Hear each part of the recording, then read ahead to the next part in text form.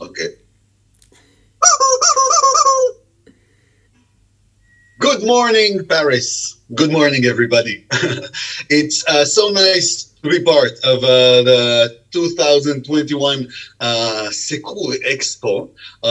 My name is Nimrod Eisenberg, and I'm invited to this conference. I was planning to meet you all in Paris in person, but then Corona happened. And so right now I'm in my office in Tel Aviv, in Israel, and I'm presenting to you online the story, the background, the history, and the ideas behind clowns in humanitarian missions.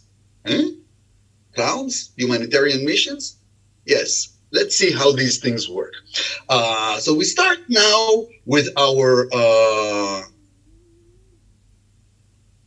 first presentation, and let me just tell you a little bit about myself and how do I come to work and to bring service as a clown, as a medical clown in therapy to humanitarian aid missions. I work in the Tel Aviv Medical Center as a therapy clown, and I am part of the Israeli EMT, the field hospital of the Israeli team, as a medical clown in the mental health department. Our project is very developed, and we are part of the missions, and we are also part of the daily activities. Training, planning, and of course, social events and the personal connection that is created inside the EMT.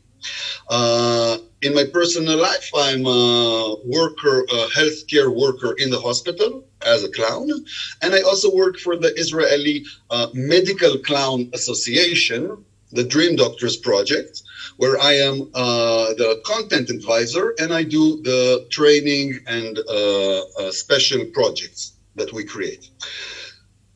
My work has so many words and so many stories to it, but let's start with one picture that tells so much about what it is for us to come to a different place, to a different environment, different culture, and to bring our expertise, our knowledge, and our heart, our emotions into action. We want the people that we meet to be strengthened, to feel better, to feel more empowered, to have more confidence, and to be able to pull themselves out of their situation. My life was always about clowning. For me, this amazing red nose is everywhere. I see people in their daily activities, and I see them as clowns. I love watching young people walking in the street, full of energy, full of hope. I love watching old people walking in their pace, walking, taking their time to watch the world and to enjoy this wonderful place that we live in. I love to watch children and adults as they interact, and this is my life. I do shows, I perform, and I work in the hospital. But as we come to talk about clowns in humanitarian missions, we talk about crisis zones. It's not a funny place. So how do we bring humor into a disaster zone, into a crisis zones, and why? So my research took me, first of all, to the basic foundation of the word humor. Where does it come from? What is this concept?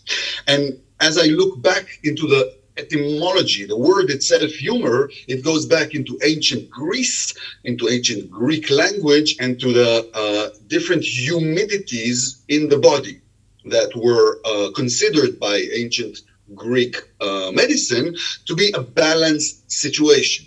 So a person should have the different fluids and humidities in their body balanced in a way that they will feel better. In that sense, we still have it today where we say about people, how's this guy? Oh, he's so dry. He doesn't get the joke. Dry and humid come together to affect our emotion and our health.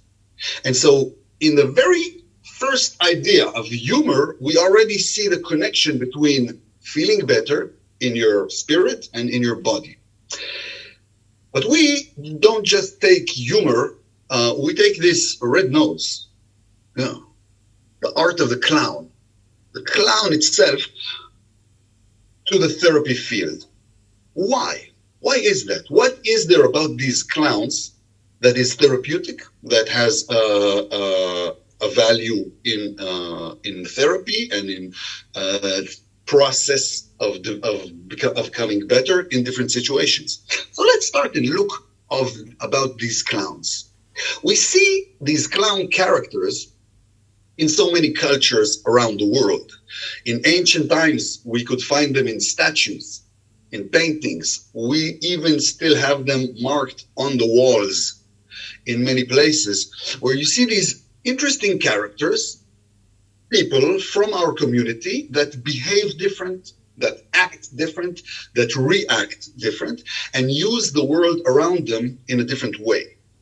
So the clown, for example, on the right corner below, that is riding his donkey on the wrong side, might have been like someone today who's riding a bicycle in a different way. He's using what everybody is using, but in his own way, and many times in the contrary sense from everybody.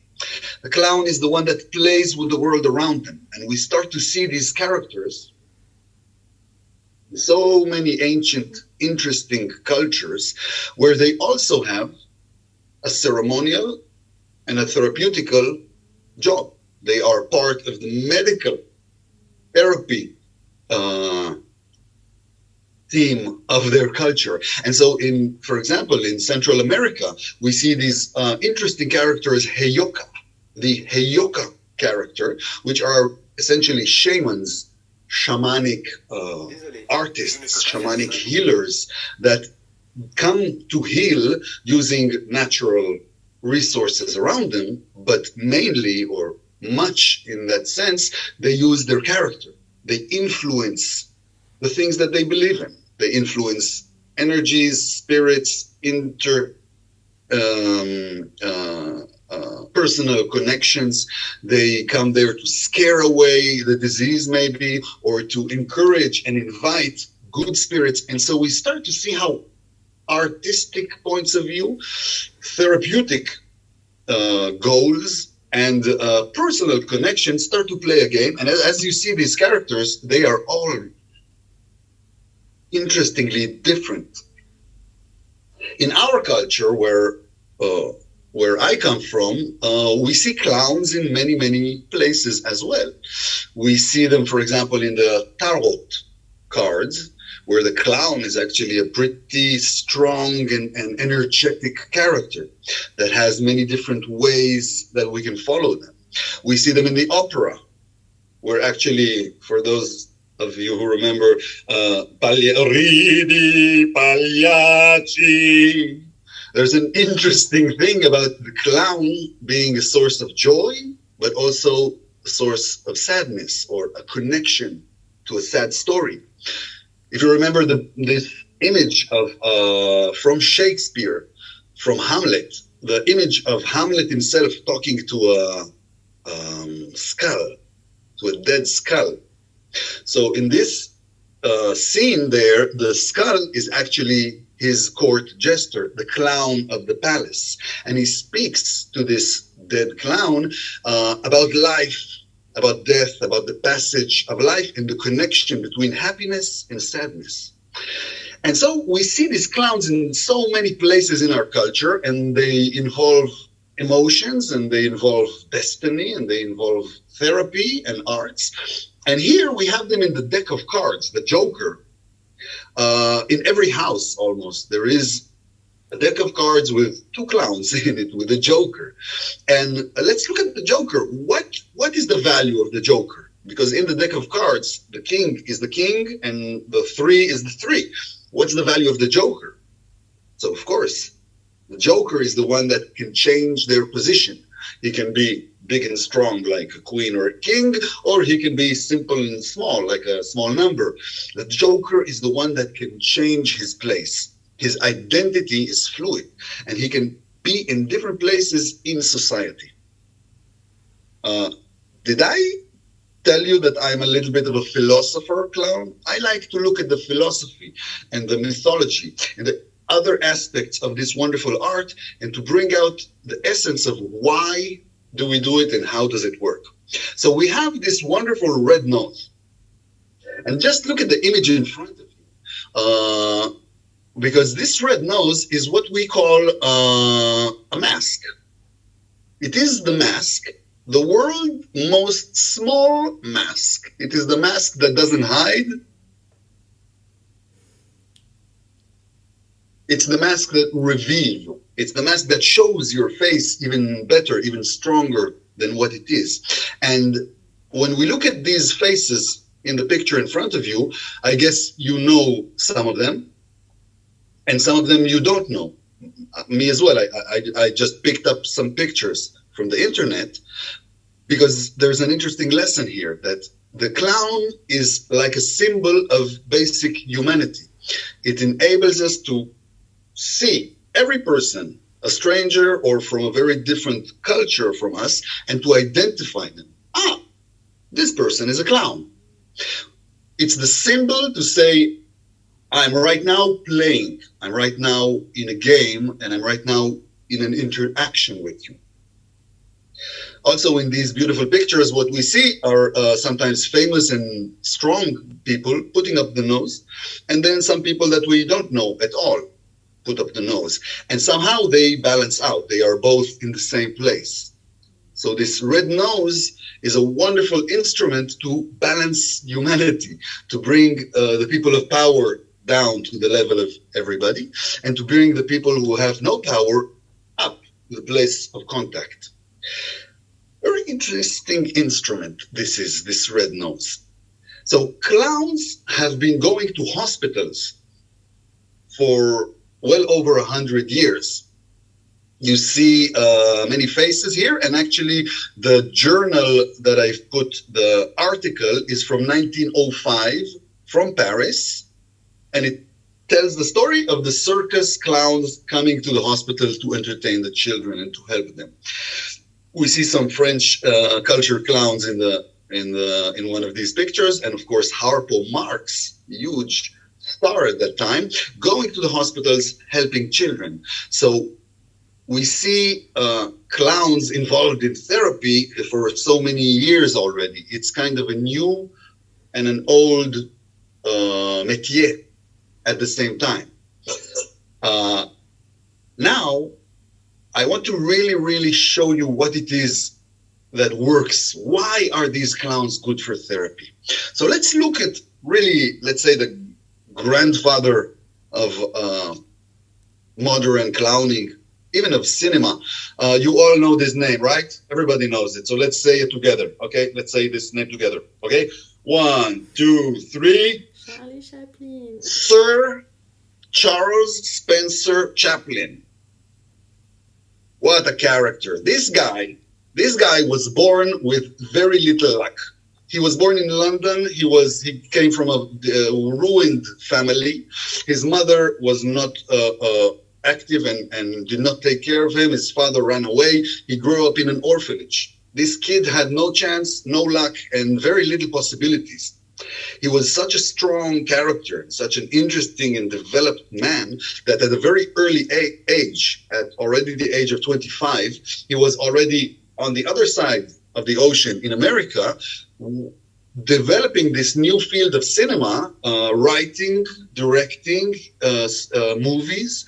Eventually, at the age of 25, he buys the building, the whole studio that he worked in, and he basically became the boss of his boss, which is a very nice dream for many of us. But Charlie Chaplin did it, and he became a very strong and influential man.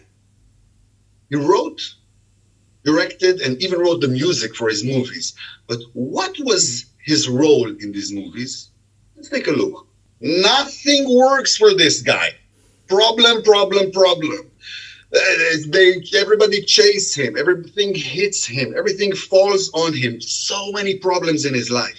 The story that this powerful guy wrote for himself again and again and again in each movie is the fight of the small person that just wants to become part of society, wants to find his place. And everything falls on him. Everything goes against him. The beautiful thing that he shows us is that when he activates his imagination and when he goes to solve his problems, not in a realistic fashion, not in a simple way, but he finds his new, different, imaginative way how to address these problems, it opens our heart. It makes us feel something for this character, and it makes us think, wait, maybe me, maybe I can also solve my problems in a different way. And so Charlie Chaplin gives us this interesting ensemble. Well, let's say I made it up, this ensemble, but I take it from Charlie Chaplin that when we play with failure and problems and we solve them in an imaginative, new, different, personal way, something opens up in our hearts and we feel a little bit different. But wait, I want to, I just don't want you to take my word on it. I want to play a little bit of a game with you, okay? So even though this is online and I'm far away and I guess it's Saturday morning, so just let's play this game a little bit to feel what it is that imagination can do for us. So let me do this. When we adults want to play a game, we take a ball and we start throwing it. We call it sport. We say it's a game. We come to play this game. And we know how to do the sport. There are rules. But let's do something a little bit different because I brought you something special today. It's right here. It's this. My imaginary ball. Okay? So I throw it up in the air. Thank you. And I throw and I catch. And I want to throw it to you. So I throw it to you. 1, 2, 3, go. Oh, very nice, very nice. Now throw it back to me. Yeah, very good. Throw it back to me. Oh, thank you. Now, again, let's do that again, but every time it's a little bit bigger. A little bit bigger. 1, 2, 3, go. Here's that. Okay. Wow. Okay. Okay. Again. Wow. Yeah. Again. Okay. Wow. Okay. So let me just push it to the side. It was just a little bit of a playful, imaginative game, but something made us smile. What was it? It's when we start to play and to believe in this game, we take out the reality part and we develop our imagination, we connect together, and basically it is the agreement between us. We agree that this game can happen and that we can believe in these things together, and that gives us a good feeling. Who does this all the time, every day, every place on earth? Exactly, children. That's what kids do every day. Play with the world around them, imagine real things and imaginative things, react to them, and as a wonderful quote by Janusz Korczak, a great educator, he said, "Don't underestimate children's games. For them, it is not a game. It is their reality." And so all of us, we take our imagination, we start to activate and play with it, and suddenly this smile comes up. Nobody tells a joke. Nobody has to be funny. We just participate in the game. In this sense, another great, let me address that later. So let's move on to the second thing we took from Chaplin, that is the emotional side. Of course, we know we live in a culture today where our emotions they got titles and structures and they got condensed. I mean, me personally, on a normal day, when I'm very happy, I go like this. And if I'm very worried and angry, I can be like this.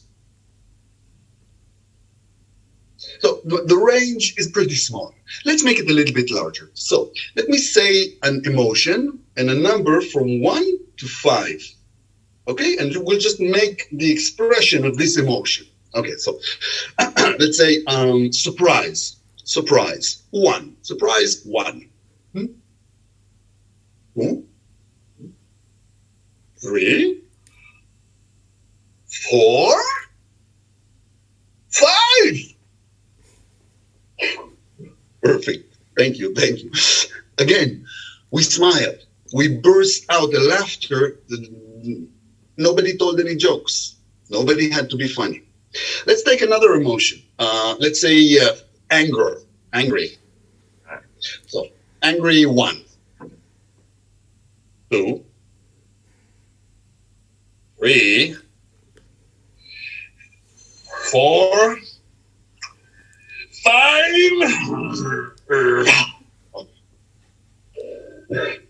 Let's do it. Last one. The last one. I would ask you to suggest different emotions, but let's do this next year when we do our real workshop. So let's say for another one, love, just pure love, little small one, love. 2, 3, 4, 5. Wonderful. So we played a little bit. Thank you. Thank you, everybody, for cooperating. I know it's Saturday morning. It's not easy. What happened here and what's interesting for us to see? So we saw that by emotional expression, making it larger, smaller, playing with it, we have a positive feeling. We have a smile and a small laughter that comes out.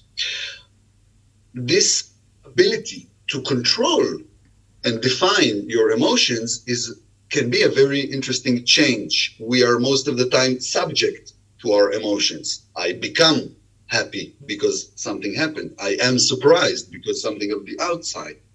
When I start to play with it, I also start a little bit to be able to control it, or at least to be familiar with it. So I can start to and expressing this emotion. Also, emotions in this world where we deal with crisis zone and effects of disaster zone. So one of the effects of trauma, the post-traumatic emotional effect, is an emotional closure. We see a tendency with victims or with people infected by mass events to close down. They are actually not very responsive emotionally. They do not cry. They do not shout. We see this effect of. We know that this holding on has a purpose of protecting your personal experience, but we also know that we want to be able to make it flexible in order to process what is happening. And so we start to play with emotions, as clowns do, and emotions coming out, as spoke at the beginning, maybe more humidity in the way that we feel things that are happening to us. The last thing we saw in that list was failure, problems, big problems. We start to play with big problems. It makes us laugh. We all know that slapstick and the physical humor is such a strong field. We laugh by things happening around us, but we laugh by failure. Let's see how this works. So again, I ask you to join me. We will do one hand clap like this. Okay, we clap our hands. So let's do it. 1, 2, 3. Perfect. 1, 2, 3.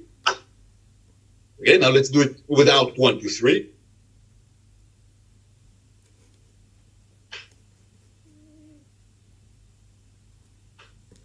Okay, perfect. There's a zoom delay effect, of course. But let's play this. One time, let's take this clap and try to fail.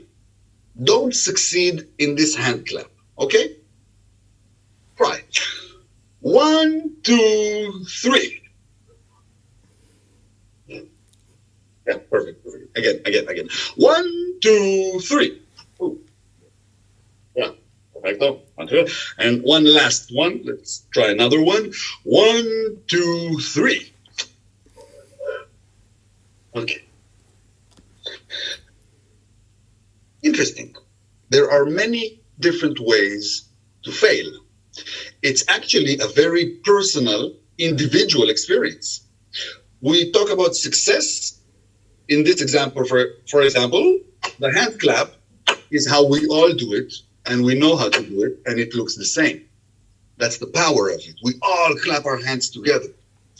We start to play with failure, and suddenly individuality comes out. Your way to fail is different from that way to fail, and it activates something much more personal inside of us. We all feel that in our failures in life, it's only my failure. When we play with it, it is actually an instrument to encourage your individuality.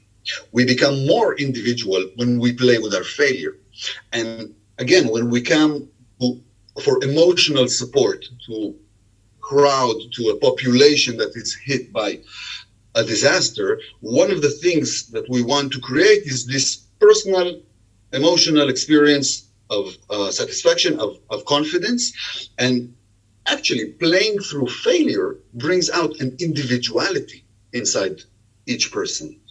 Each person's way to experience failures in their life is very personal, and it reinforces their personal experience. We will see a little bit ahead how the community is what we want to support. We want to give a sense of community, and this community is made out by individuals. So we saw here in a few games, what is the effect of clowns? Why do clowns even are an interesting tool to emotional support in these situations?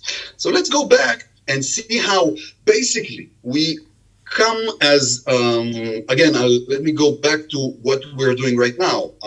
I'm presenting to you in this conference another possibility for emotional support in crisis zone events, in crisis times. And we basically want to be able to bring to the people, other than the physical aid of medicine, of shelter, food, transportation, etc., also the emotional support. That's our side of this work. And we want to bring a whole array, a whole collection of emotions into action. We want to bring people into a more cooperative, motivated feeling where they will find strength inside to make the solutions and to find their way in this disaster. And we try, or in this event, and we try to find all these different ways to bring, let's say, this child on the left to the feeling that he has on the right. We are a specialized team in this. The Dream Doctors Project took it many, many years ago upon themselves to create a team that can work outside of Israel in many, many other places to bring this effect of emotional support instant and very effective. We always work in collaboration with other organizations, because what we want to do is to better and to aid in the process that is already going on. Our clowns work with so many different instruments and so many different ideas, very basic and very simple. All of them go into one simple suitcase, and they are here to develop and support the emotional side of this community.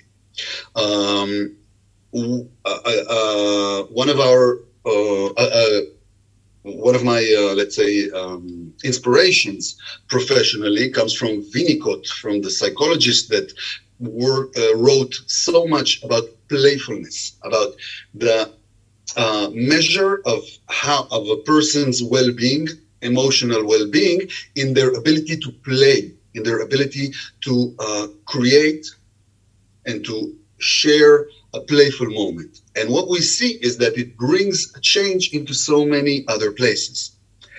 We have started doing these missions over 16 years ago, and we have, let's say, three goals in mind. The first one definitely is to be effective and to aid the therapy process. We come to work with doctors, nurses, technicians, rescue workers, etc., all of the different EMT possibilities. And we want to be effective in what they do. So we would find ourselves encourage children and adults, of course, to take their medicine or to take the therapy that was prescribed to them, and we would help them even move around in a camp in these places where things have changed and everything is temporary, in tents and in fields outside. We, the clowns, are a very clear character that can help even move people around. We see how the effect of a good clown, let's say, the effect of good clown work is that other people around you become more clownish. We don't want to perform to them, we want to play with them. And so even the rescue workers start to use our techniques and to connect to the population, to the people they work with in a new way. Now, as we saw before, one of the biggest benefits of clowns is that they don't have to use words, because all of the games that we did were physical games. We could play them without common language.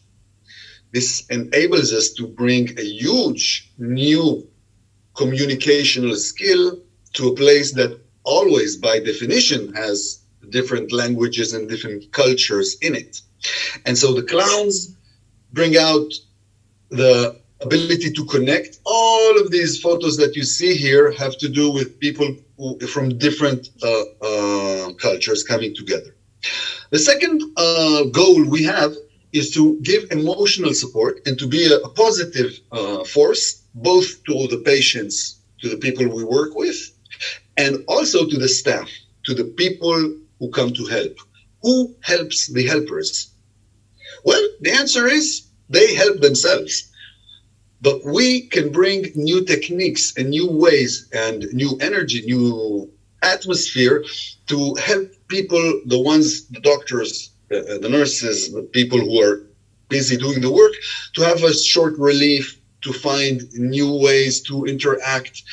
We do a lot of games, we do a lot of play that we do together.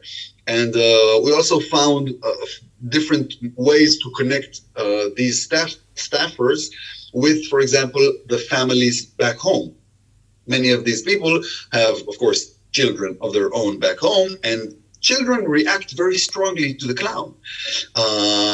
And so, for example, one of these doctors told me that when he explained to his 6-year-old kid that he's going to the Himalaya to establish a field hospital and work with the people, this meant not much for this kid.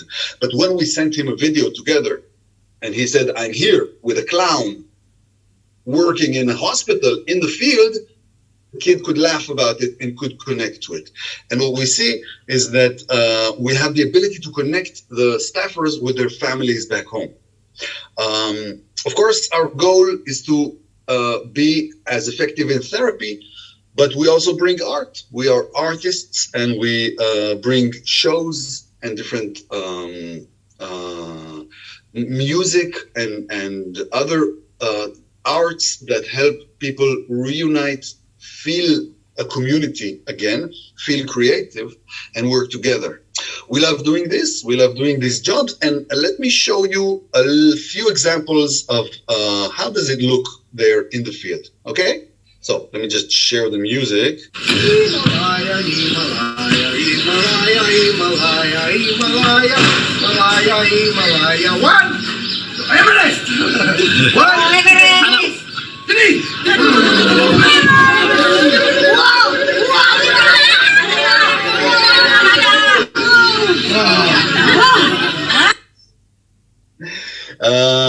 Can you guess what was the event that brought us there?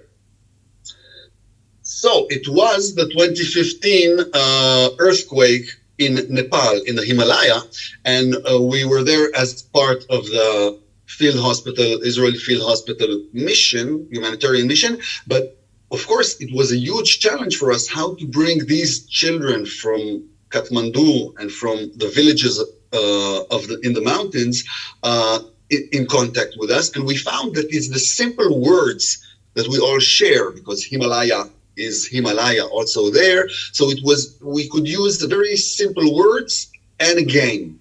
And look at the smiles and the joy of these children playing with an experience that they have felt very personally only not more than 1 week before this video was done. So they are able to play with the idea of an earthquake, but to make it funny, to make it a game. Let's see another one of those. This lady, this video is not more than 1 hour after a secondary shock of an earthquake. We were out in this neighborhood in Kathmandu, and so these people are out in the street because they ran out of their homes, and their homes are not considered safe now, and we try to make them feel strong again.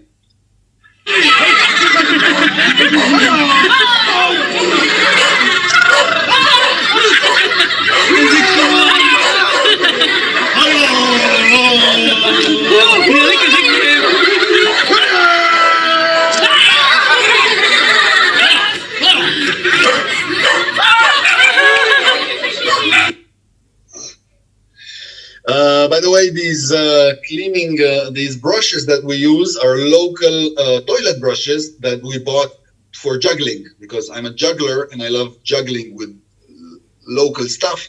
And so we are again able to play with the things that they use here every day, but in a different way.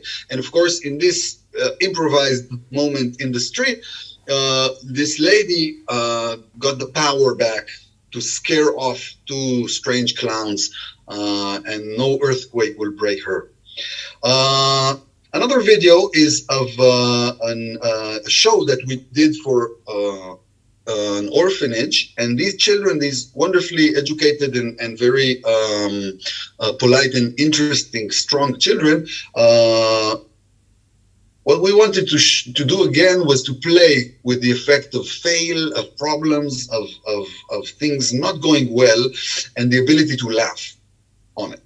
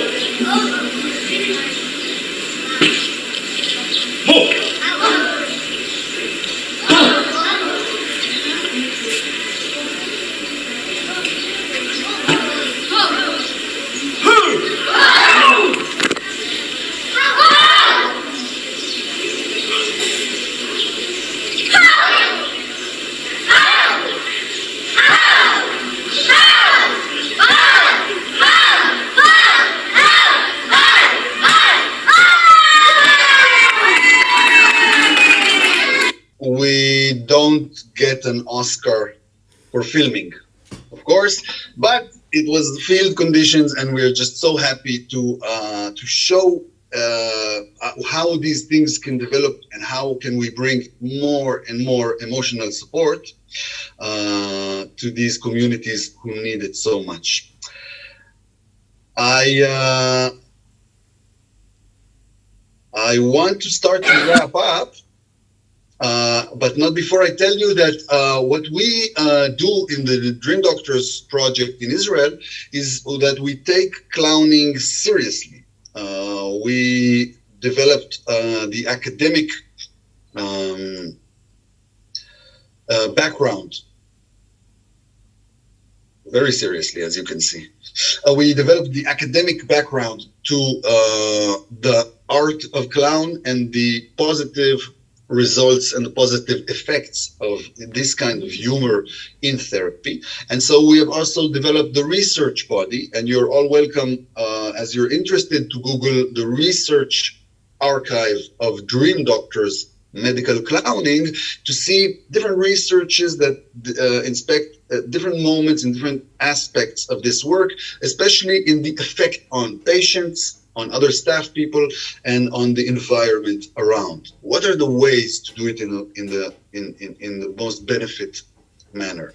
And at the end of the day, we all are here today, all of you, because you're part of this amazing movement of emergency teams in humanitarian missions, finding new ways to reinforce the fact that we are all in this together.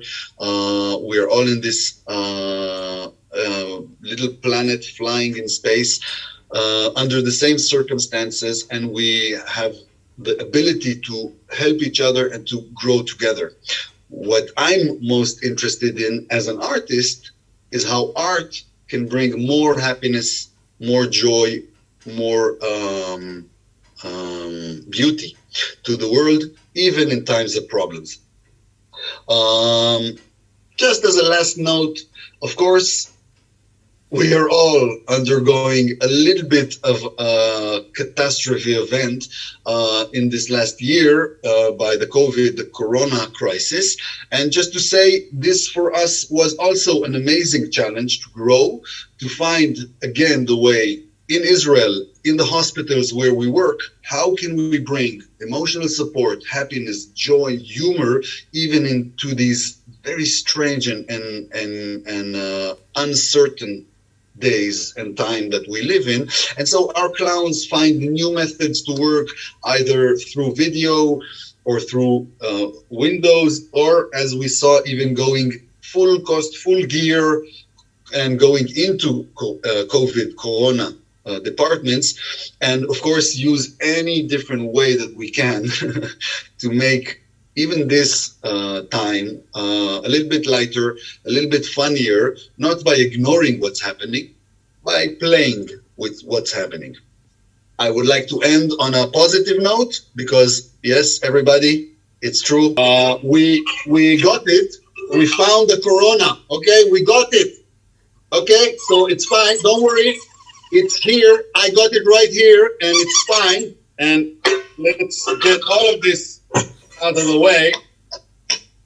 And now let's go back to how we used to live before, and you can all feel very free to sneeze. Okay.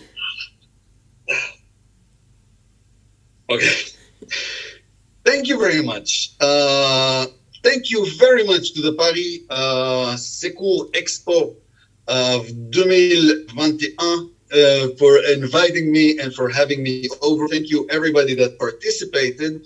And again, this is not over. I'm coming to Paris next year. Let's do this workshop for real, and let's work together in any way possible to help more people in their lives. So thank you very much for having me and listening to me. And I wish you a happy day and a good continuation.